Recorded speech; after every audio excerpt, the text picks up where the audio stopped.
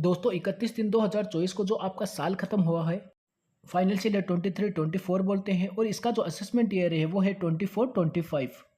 Income tax return आपको भरनी होती है, लेकिन कई बार आपकी सेल और आपके प्रॉफिट के कारण आपको टैक्स ऑडिट करवानी होती है।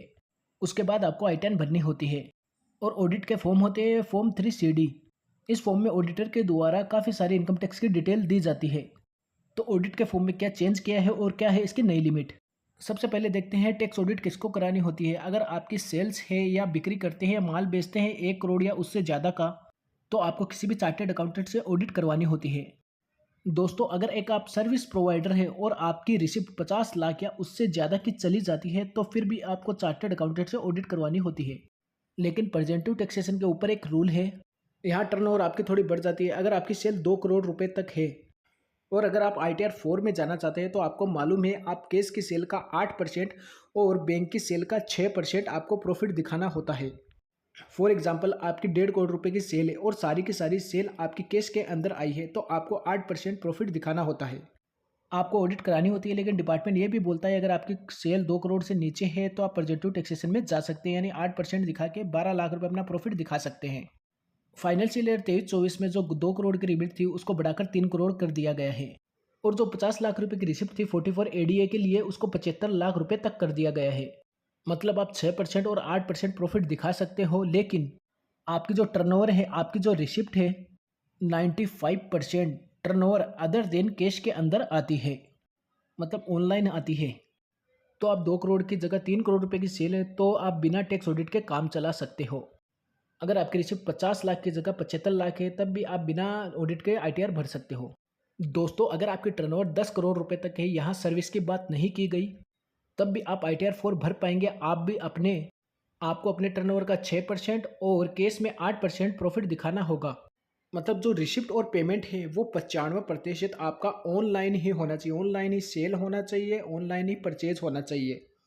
बहुत ही कम मामलों के अंदर ये केस आपको देखने को मिलता है, लेकिन FNO और इंट्राडे कारगर है, क्योंकि यहाँ पर सारी की सारी रिसिप्ट 100% ही ऑनलाइन होती है। पेमेंट जो ऑफिस के आप खर्चे करते हो वो आपको ध्यान रखना है, ताकि आपको 10 करोड़ की लिमिट जो एप्लीकेबल होती है वो आपको ध्यान रखना है।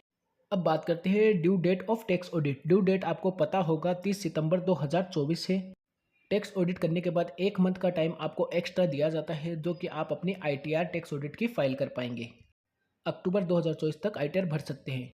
अब बात करते हैं पेनल्टी की। अगर टैक्स ऑडिट आप पर एप्लीकेबल हो रही थी और आपने टैक्स ऑडिट नहीं करवाई, तो इनकम टैक्स डिपार्टमेंट जब भी प्रोसेसिंग करता है तब आप पर पेनल्टी लगा सकता है। 0.5% ऑफ टर्नओवर या फिर 1.5 लाख रुपये, विच एवर इज लोअर। जैसे टर्नओवर थी 2 करोड़ और 2 करोड़ का 0.5% ये 1 लाख रुपये बन जाता है, या 1.5 लाख रुपये। इन दोनों में से जो भी कम होगा उसकी पेनल्टी आप पर लगाई जाएगी। ये डिपेंड करता है ITO पर, इनकम टैक्स ऑफिसर पर। हो सकता है आप पर टैक्स ऑडिट पेनल्टी नहीं लगाई जाए अगर आप जस्टिफाई कर दें कि मैंने इसलिए ऑडिट नहीं करवाई। अब आपको पता होगा रिपोर्टिंग 44 पॉइंट्स होते हैं फॉर्म 3CD के अंदर, तो ये रिस्पॉन्सिबिलिटी है ऑडिटर की।